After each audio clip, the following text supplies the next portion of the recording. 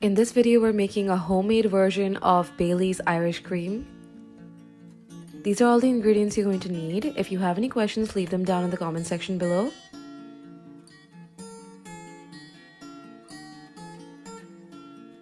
You're basically just going to add all the ingredients in a blender.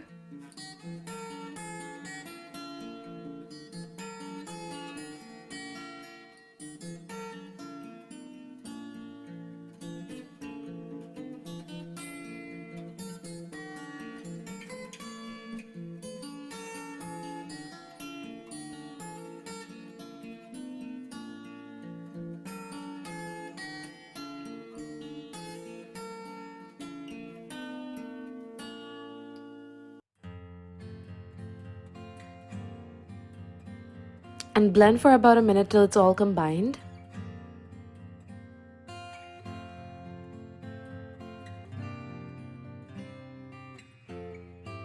And you'll see it's nice and creamy and frothy just like that. And then you can chill this in the fridge overnight and then serve it over ice or just plain in a glass and enjoy.